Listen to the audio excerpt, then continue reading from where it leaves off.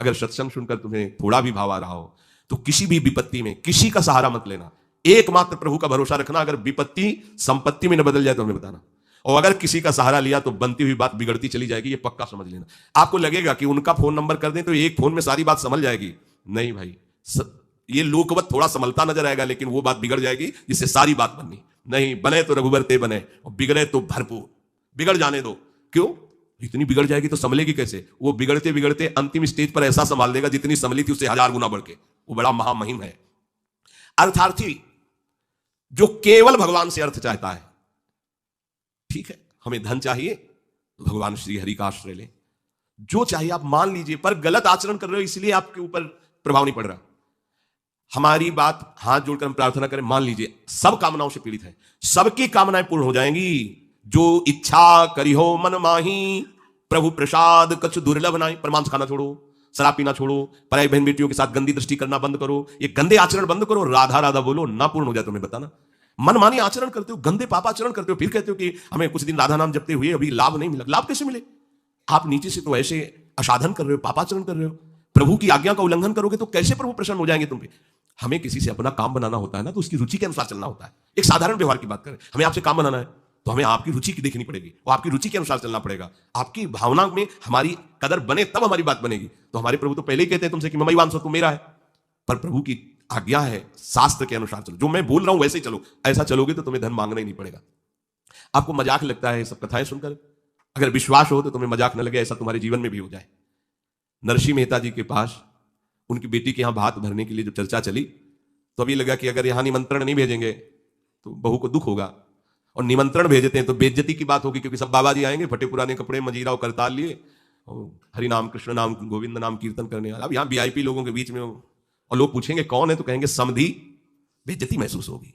धनाभिमानियों को ये रहता है कि ये तो भिखारी हैं, बाबा जी हैं, इनके सामने क्या बेइज्जती नहीं। तो बोले इतना लिख दो क्यों आएंगे ही नहीं, इतना पर्चा में भात का सामग्री लिख दो क्यों आएंगे ही नहीं। ये बात जब कि निमंत्रण भी हो जाएगा और नहीं आए, बेटी भी जो बहू है वो भी नाराज नहीं होगी, भाई निमंत्रण तो गया है, पूरा लिख दिया। नरसिंह मेहता जी के पास पत्र गया, उन्होंने देखा, जाके ठाकुर जी के चरण महाराज, क्योंकि भगवान के सिवा कोई आश्रय है नहीं। तैयारी की गाड़ी में, तो अब वहां 10-5 तो संत महात्मा कीर्तन, पूरी मंडली भगवत कीर्तन कर गाड़ी में बैठ के, अब नरसिंह जी के सिवा उनका कोई था नहीं, और नरसिंह जी के हरि आश्रय। अब जहां नरसिंह जी वहीं मान लो अपने लोग चलेंगे तो पूरे चलेंगे, जहां चलेंगे अब कीर्तन करते हुए। ऐसा भात भरा था ठाकुर जी ने कि भूतो न भविष्यति, स्वर्ण की वर्षा हुई थी, लिखा है स्वर्ण की वर्षा हुई थी। द्वारिकाधीश की गाड़ियां लगी हुई थी, बैलगाड़ियों में सब लदे स्वर्ण आभूषण, गांव का गांव पूरा कंचन का हो गया था। ऐसा वैभव भगवान ने प्रकाशित किया। आपको क्या भगवान पर विश्वास नहीं? क्या आप प्रभु के नहीं है? क्या आपको प्रभु ऐसा प्यार नहीं करते? पर आप प्रभु के ऐसे आश्रित नहीं होते, इसीलिए आपको अनुभव में नहीं होता। अगर कोई आश्रय नहीं है और आपकी किसी पर नजर न जाए, केवल इन्हीं के चरणों में रहे कि अब तो जीवन आपके लिए, ऐसे संभाल लेंगे। ऐसे अर्थ चाहिए आपको तो केवल इनका भरोसा ले लो, केवल इन अपने छल कपट का, अपने व्यवहार का, अपने किसी बल का नहीं, केवल इनका भरोसा ले लो। चमत्कार हो जाएगा जीवन में, आपको पता नहीं चलेगा कैसे हुआ। कभी ऐसे नहीं हुआ इसका, कभी किसी से ऐसे नहीं हुआ इसका, कैसे हो रहा है उनका, कैसे हम सबका उधर पोषण हो रहा है, वृंदावन वास हो रहा है, सब चल रहा है। कैसे प्रभु चला रहे हैं? क्या आप सबको नहीं चला रहे हैं?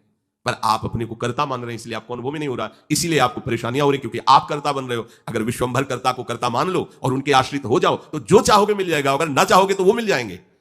जो चाहोगे मिल जाएगा, बिल्कुल कोई चाह न करो तो जो व्यवस्था उनको करनी करेंगे और वो स्वयं मिल जाएंगे।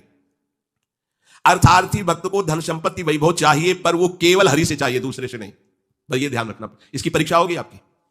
अपने इष्ट देव के अनन्य होकर के यदि आप अर्थ चाहोगे तो बहुत जल्दी आपका परिवर्तन होना शुरू हो जाएगा। पर आचरण आपके पवित्र होने चाहिए, भी ध्यान रखना। आचरण की अगर पवित्रता नहीं तो फिर शिकायत मत करना। आप अपने आचरण पवित्र करो और नाम जप करो, केवल हरि के आश्रित रहो, फिर देख लेना। अगर आपको लगता हो कि भगवान के भक्त बहुत गरीब और ऐसे, सच्ची पूछो, उनको आकांक्षा नहीं होती। प्रभु जबरदस्ती व्यवस्था करते, उनको आकांक्षा नहीं होती। 4 रोटी मांग ली, ऐसे ही पड़े, पूरा जीवन प्रभु के लिए। उन प्रेमी महापुरुषों की चरण धूलि अगर शरीर का स्पर्श कर ले तो पावन हो जाए। देवता तरसते हैं उनकी सेवा के लिए, सिद्धियां हाथ जोड़े खड़ी रहती हैं, पर वो अकिंचन महात्मा किसी से कुछ नहीं चाहते। कि ऐसा ना समझो कि हमारा दास, हमारा भक्त, हमारा आश्रय लेने वाला ऐसा नहीं है। वो हरिदास, भगवान के चरणों का दास है। समस्त ऐश्वर्य संपन्न भगवान उसके अधीन हो जाते हैं जो भक्ति करता है। अगर आपको अर्थ चाहिए तो केवल भगवान का आश्रय ले, दूसरे का नहीं। अब ये कोई छोटी मोटी बात नहीं, देख लीजिए अंदर से। अपने बल का आश्रय नहीं, किसी दूसरे व्यक्ति का आश्रय नहीं, किसी दूसरी देवी शक्ति का आश्रय नहीं, केवल श्री हरि का आश्रय। और जब आप पक्के उतर जाओगे, जैसे सुदामा जी, तो जैसी द्वारिकापुरी थी वैसे सुदामापुरी हुई, जैसा वैभव द्वारिकाधीश का वैसे सुदामा जी का वैभव था। पक्का मान लीजिए। लोग समझते नहीं, ऐसा ना समझो कि ये केवल कथाएं हैं। आपका जीवन स्वयं एक कथा बन जाएगा। यदि आप हरि के आश्रित हो गए तो आपका जीवन चरित्र दूसरों के लिए उदाहरण बन जाएगा। पर निष्ठा चाहिए। कई कई दिन भूखे रहे सुदामा जी। उनका मित्र किसी जमींदार के यहां पुरोहित ही करता था।